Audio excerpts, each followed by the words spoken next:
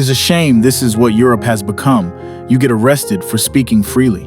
Yeah, well, I was arrested for holding one of the most basic fundamental truths that we've known forever. Children are not born in the wrong body. Their immediate instinct was to call us fascists and to yell at us and to describe us as Nazis and the most horrible people in the world just because we wanted to keep children safe from puberty blockers. So we started to get kind of a little bit of a crowd around us. A lot of them were shouting kind of shame on you, being very aggressive, saying, I have a trans daughter and what you're doing is, going to murder lots of people. And we're like, no.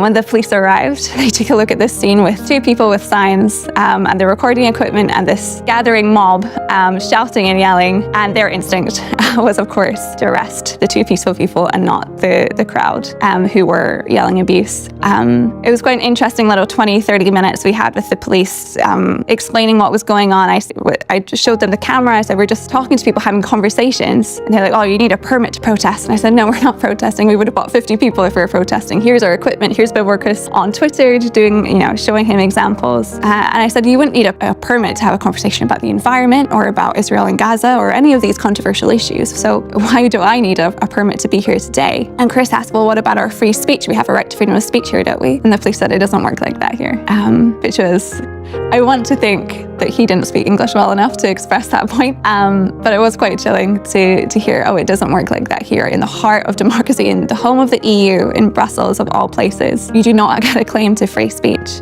They tried to take our camera equipment away, said that we weren't allowed to film. That's not true at all. And eventually they gave us an ultimatum, either take down our signs and obey the mob that was shouting at us, or keep our signs on, keep upholding this true message, and we would have to go down to the police station. So ultimately, that's what we decided to do. We went to the police station, we were arrested.